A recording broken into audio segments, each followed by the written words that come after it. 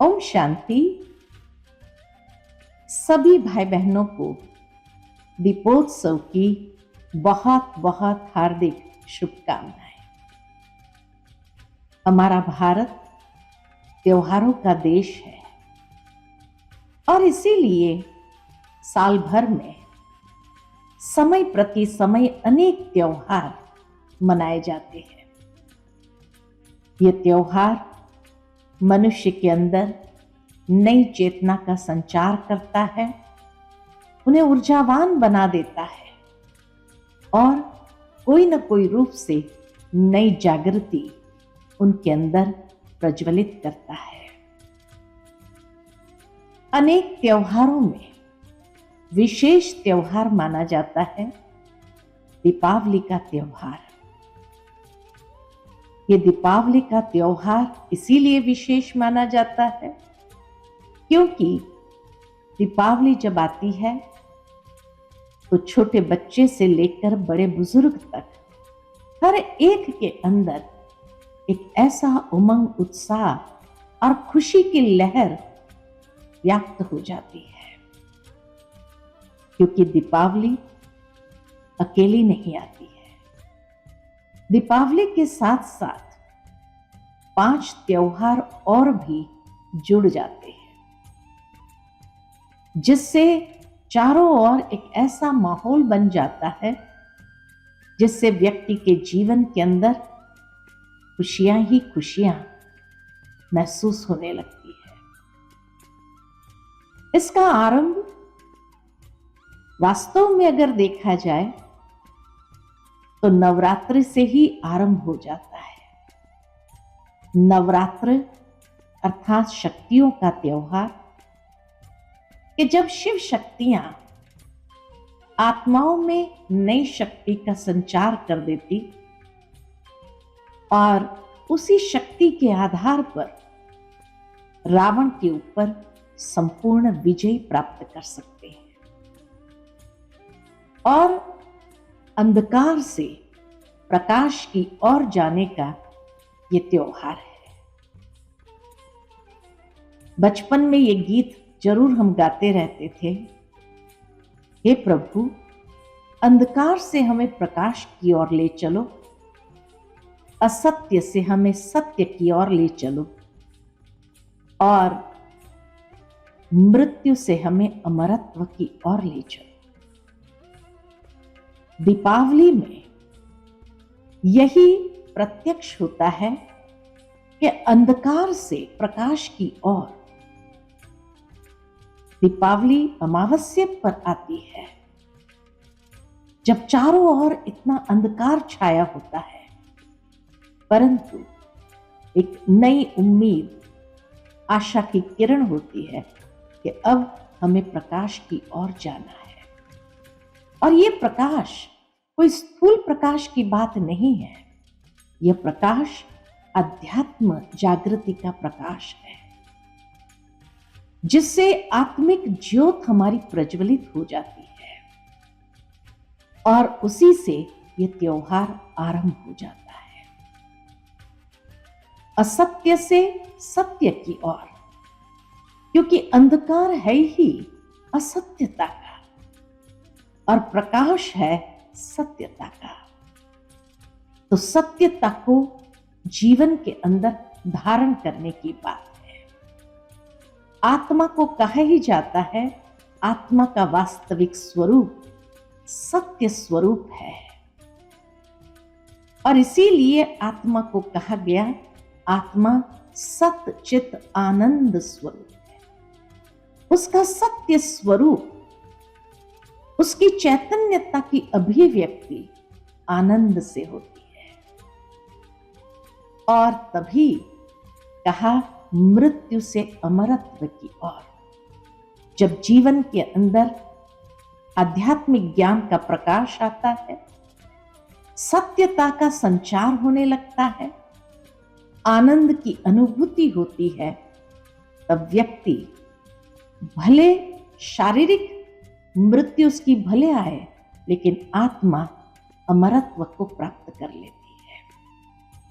अर्थात उस सतयुगी दुनिया में जाने के पात्र बन जाती है। यह त्योहार आरंभ होता है धनतेरस से, और इसीलिए दक्षिण भारत में अगर देखा जाए तो धन्वंतरी त्रयोदशी कहा जाता है। धन्वंतरी यानी स्वास्थ्य के साथ जुड़ा हुआ। व्यक्ति अपने जीवन के अंदर आज इतना हेल्थ कॉन्शियस हो गया है, स्वास्थ्य को लेकर इतना जागरूक हो गया है।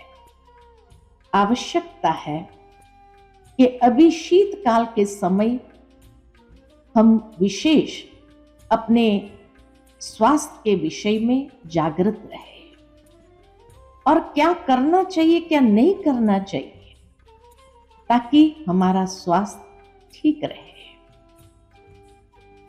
नॉर्थ में, उत्तर भारत में अगर देखा जाए तो इसी को ही धन त्रयोदशी कहा गया,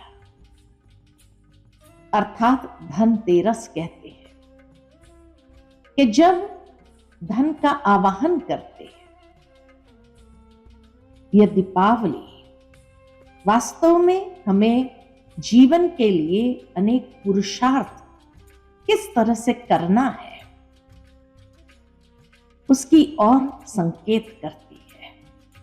एक तो स्वास्थ्य के तरफ ध्यान देने का, पुरुषार्थ करने का संकेत है, लेकिन साथ ही साथ धनतेरस के दिन या उसके पहले से ही भारत में सफाई आरंभ हो जाती है।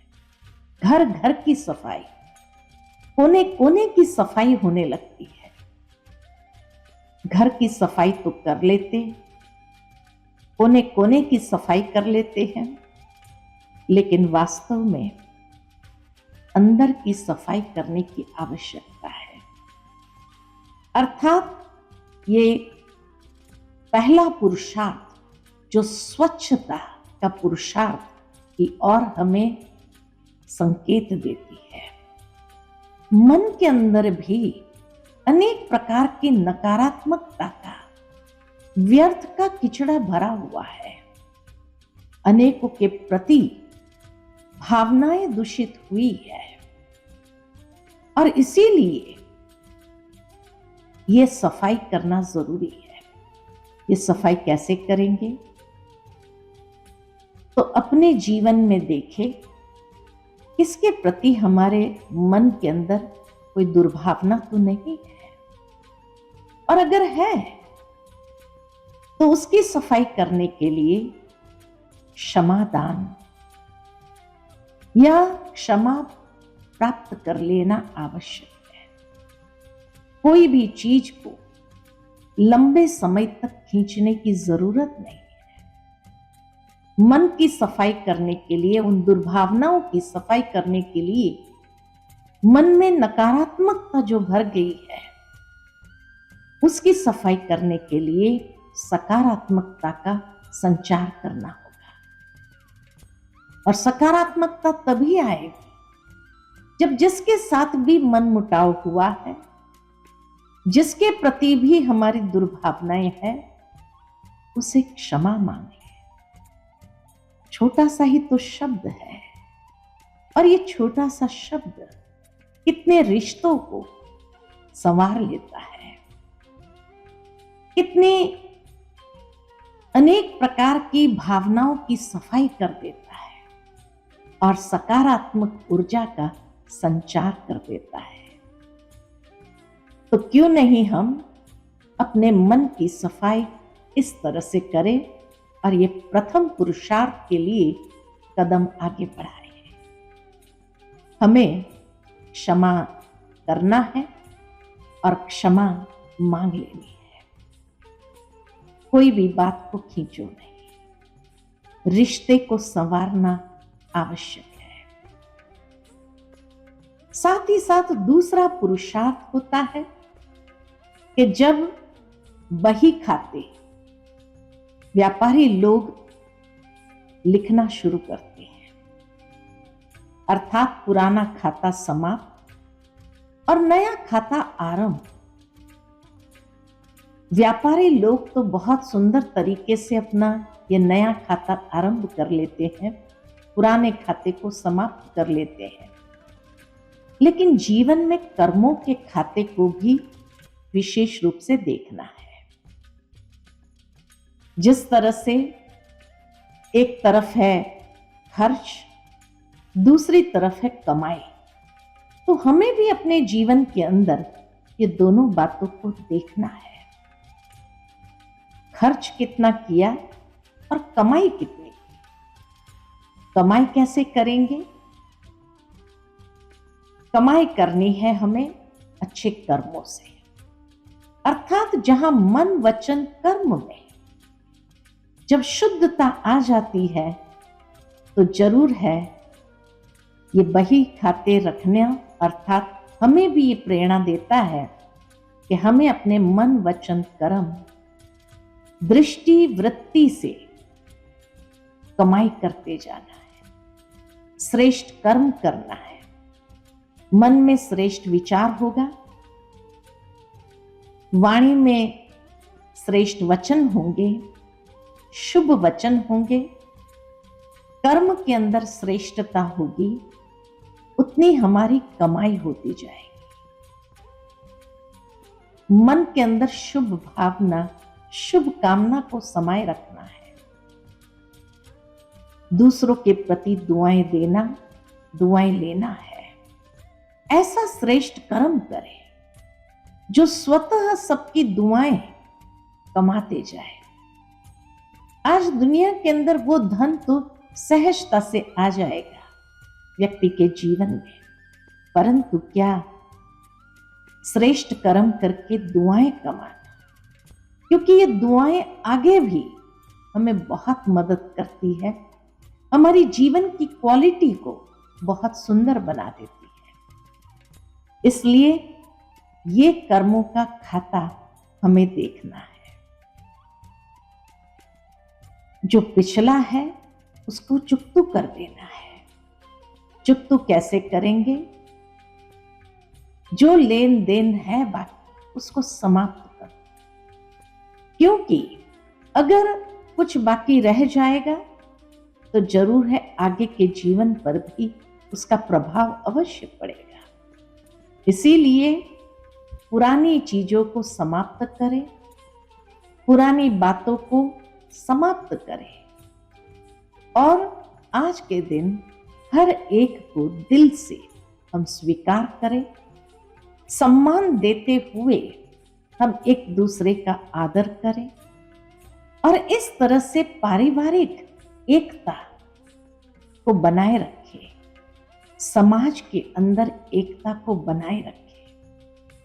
मन के अंदर जो नकारात्मक हिंसक वृत्तियां हैं उसको समाप्त करें, क्योंकि जितना ये कर्मों के अंदर हमारी दृष्टि वृत्ति के अंदर होगा उतना ही व्यक्ति स्वयं को घाटे में ही ले जाएगा।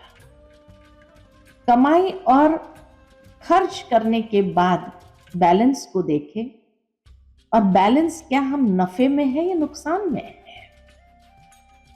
व्यापारी लोग अक्सर नफा चाहते हैं, तो जीवन के इस व्यापार में भी हमें अपने आप को देखना है कि हम नफे में हैं या नुकसान में जा रहे हैं। अवश्य कोई भी जीवन के अंदर नुकसान में तो जाना नहीं चाहते हैं और उसको अगले जीवन में कैरी फॉरवर्ड करना नहीं चाहते हैं। इसलिए नफे की बात सोचो, दुआएं कमाओ, श्रेष्ठ कर्म का बही खाता खोलना है और इसी तरह से अपने जीवन के अंदर कर्मों को सुधारते हुए श्रेष्ठ दिशा देनी है। साथ ही साथ तीसरा पुरुषार्थ फिर है नवीनता का। स्वच्छता हो गई, उसी के साथ बही खाता को भी देख लिया और फिर लक्ष्मी पूजन, तीसरा पुरुषार्थ कि जहां लक्ष्मी जी का आवाहन करते हैं। लक्ष्मी जी का आवाहन करना माना सुलक्ष्मी का आवाहन करना, सुलक्षणों को जीवन के अंदर आवाहन करना। क्योंकि जब हमारे जीवन के अंदर अच्छे लक्षण आने लगेंगे, जब हमारे जीवन के अंदर वैल्यूज को, सद्गुणों को हम स्थान देंगे, तभी तो सर्वगुण संपन्न बनेंगे और उस श्री लक्ष्मी, श्री नारायण के राज्य में जाने के अधिकार को प्राप्त कर सकेंगे। तो इसीलिए तीसरा पुरुषार्थ है अपने जीवन के अंदर वैल्यूज का आवाहन करना। लक्ष्मी पूजन जब करते हैं तो उसके साथ साथ गणेश जी की भी पूजा करते हैं। अब लक्ष्मी जी का गणेश जी के साथ क्या संबंध है? बहुत सुंदर संबंध दिखाया गया है। संबंध यही है कि लक्ष्मी जी का तो आवाहन कर लेते हैं, अर्थात धन का आवाहन कर लेते हैं, लेकिन गणेश जी को कहा जाता है बुद्धि का देवता, विजडम का देवता, कि उस धन को सुबुद्धि के साथ या सद्विवेक के साथ उसका प्रयोग करना।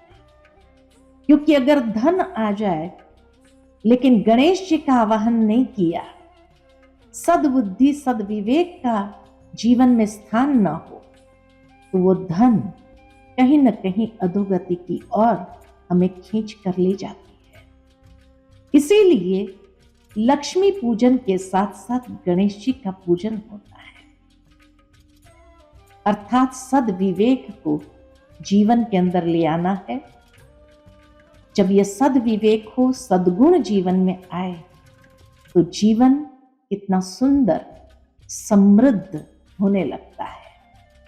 जहां सद्गुणों का धन का आवाहन होता है, यानी सद्गुण जीवन के अंदर आने लगते हैं, श्रेष्ठ चरित्र का धन अपने जीवन में आता है, ज्ञान धन हमारे जीवन में आता है। ऐसे अनेक धन की वृद्धि कर सकते हैं और हमारा जीवन समृद्ध हो जाता है। साथ ही साथ जब लक्ष्मी जी का पूजन करते हैं, गणेश जी का पूजन करते हैं, तो उस समय वहां शुभ लाभ जरूर लिखते हैं कि सदा हमारे जीवन में शुभ लाभ। लेकिन शुभ लाभ तो तभी होगा जब लाभ का उल्टा करें भला, सर्व का भला करते चले। जितना सर्व का भला करते चलेंगे, शुभ लाभ जरूर होता जाएगा। ये तीसरा पुरुषार्थ है। चौथा पुरुषार्थ फिर है नवीनता का। नए कपड़े खरीदना, नए बर्तन खरीदना, नए गहने खरीदना। भावार्थ यही कि जीवन को सजाना है नवीनता से, नवीन विचारों से सजाएं, नवीन गहने गुणों के उससे सजाएं अपने जीवन को। नवीनता का पुरुषार्थ। जब भी किसी से पूछते हैं कैसे चल रहा है, तो अक्सर लोग ये कहते हैं बस वही घिसी पिटी जीवन चल रही है, खुशी उमंग उत्साह नवीनता नहीं महसूस होती है। तो दीपावली हमें ये स्मृति जागृत कराती है कि हर वक्त हमारे मन के अंदर नए विचार का संचार होता रहे। जितना हम नवीनता अपने जीवन में ले आते हैं, विचारों में नवीनता, हमारे जीवन की वृत्तियों में नवीनता हो, नया दृष्टिकोण हो, तो फिर देखो जीवन कितना सुंदर होने लगता है। पांचवा पुरुषार्थ है फिर कि जहां मिठाई बांटते हैं, और मिठाई बांटना माना मधुरता की मिठाई सबको खिलानी है। ये पांचवा पुरुषार्थ है जहां संबंधों में मधुरता हो, जहां संबंधों में सुसंवादिता हो। आज तो मिठाई जब व्यक्ति को ऑफर करते हैं तो लोग इतने हेल्थ कॉन्शियस होने के कारण थोड़ा सा टुकड़ा ले लेते हैं, लेकिन वास्तव में ये मधुरता का प्रतीक है। मुख मीठा कराना, ऐसे वचन बोलिए जिससे सबका मुख मीठा हो जाए, जिससे सबको खुशी मिले, आनंद मिले। इसीलिए कहा जाता है कि कड़वे वचन बोलने वाले का शहद भी नहीं बिकता है और मीठे वचन बोलने वाले की मिर्ची भी बिक जाती है।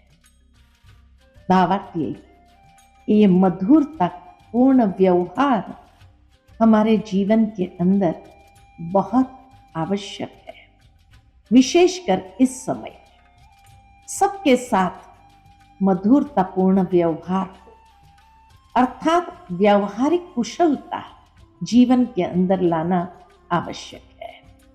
तो एक दो को दिल खुश करने वाली दिल खुश मिठाई जरूर खिलाए और इस तरह से व्यावहारिक कुशलता अपने जीवन में लाए। फिर छठा पुरुषार्थ है व्यक्ति के जीवन के अंदर कि जो भी बुराई है उसके ऊपर संपूर्ण विजय प्राप्त करना, अर्थात जीवन के अंदर कोई भी बुराइयों को आने का मार्जिन न दे, ऐसे अपनी जीवन बनाए। कमजोरियों को महत्व न दो, आलस अलबेलेपन को स्थान न दो, लेकिन जीवन के अंदर नई ऊर्जा के साथ उस जीवन को बिताए। नरकासुर का विनाश करके जीवन के अंदर सौंदर्य को अपनाना है, अर्थात स्वयं को इस बुराइयों से मुक्त करना। ये बुरी आदतों से, बुरे लोगों से, बुरे व्यसनों से स्वयं को मुक्त करें, यही पुरुषार्थ हमें करना है। और उसके लिए जब तक कुछ अच्छा अपनाएंगे नहीं, तब तक ये बुराइयों से मुक्ति कैसे होगी। फिर दीप जलाना, दीपावली अर्थात दीपमाला, उसमें भी एक बड़ा दीपक होता है जिसको दीपराज कहते हैं और बाकी सारे दिए जल जाते हैं उस दीपराज से और सारे संसार के अंदर उजाला, प्रकाश, रोशनी, चेतना प्रवाहित होने लगती है। भावार्थ यही कि हमें भी अपने जीवन के अंदर परमात्मा जो निरंतर जागती ज्योत है, दिव्य ज्योति स्वरूप है, उस दिव्य ज्योति स्वरूप परमात्मा को याद करते हुए आत्मिक ज्योत को प्रज्वलित करना है। और जैसे ही आत्मिक ज्योत हमारी प्रज्वलित होती है तो चारों ओर खुशी का माहौल फैलने लगता है। आगे का पुरुषार्थ है गोवर्धन पूजा। दीपराज ने दीपमाला को बना दिया, हर एक ज्योति को प्रज्वलित कर दिया, लेकिन उसके साथ साथ फिर गोवर्धन पूजा, और कहा जाता है पशुओं की भी पूजा करते हैं इस दिन पर। गोवर्धन पूजा का मतलब है कि प्रकृति को दूषित जो इंसान ने किया है उसको सुरक्षित करना। आज प्रकृति के प्रति भी संवेदनशील होना, क्योंकि यह प्रकृति है तो हमारा जीवन है। प्रकृति अगर नष्ट हो गई या प्रकृति असंतुलित हो गई तो मनुष्य जीवन भी नष्ट हो जाएगा।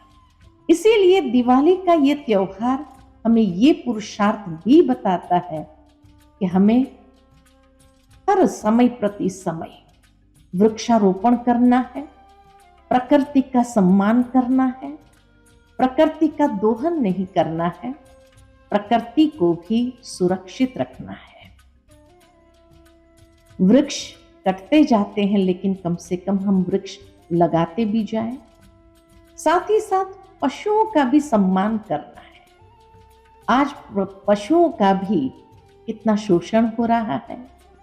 मनुष्य की अपने लोभ वृत्ति के कारण पशुओं का शोषण होता है, तो क्यों नहीं आज के दिन हम प्रकृति प्रेम के साथ साथ पशुओं के प्रति भी सद्भावना को प्रवाहित करें।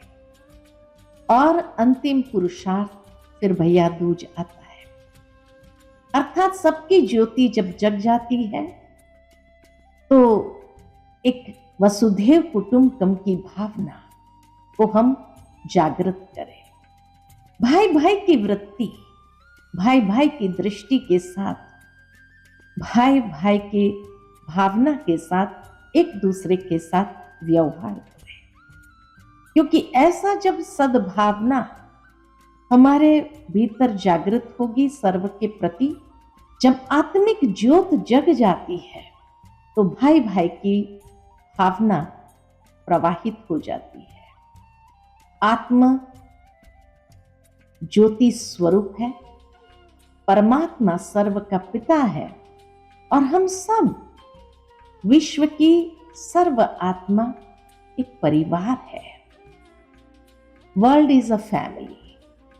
तो क्यों नहीं भाई भाई की ये वृत्ति को जागृत करके विश्व बंधुत्व की भावना को प्रवाहित करें। तो इसीलिए विभिन्न पुरुषार्थ, दीपावली का ये त्योहार हमें नई दिशा देता है, नए संदेश देता है कि पुरुषार्थ करें तो कैसे करें। दीपदान का भी विशेष महत्व है। अब दीपदान जब कहते हैं तो दीपक का दान करना का मतलब है दिया, दिया प्रज्वलित करना। कौन सा दिया प्रज्वलित करेंगे? एक दूसरे के प्रति सम्मान का दिया प्रज्वलित करें, खुशी का दिया प्रज्वलित करें, शुभ भावना शुभकामना का दिया प्रज्वलित करें और यही दिया प्रवाहित करें। दिया हमने, दिया का मतलब ही है देना। और इसीलिए क्या हमने एक दूसरे को दीपावली के शुभ दिन पर दिया? क्या दीपावली के शुभ दिन पर हमने सबको खुशी प्रदान की, शुभ भावना शुभकामना दिया? ऐसी दीपावली सबको बहुत बहुत मुबारक हो, मुबारक हो। सबके जीवन के अंदर सदा खुशी बनी रहे, उमंग उत्साह बना रहे। यही हमारी इस दीपोत्सव पर शुभ भावना शुभकामना है। इन्हीं शब्दों के साथ बहुत बहुत मुबारक। ओम शांति।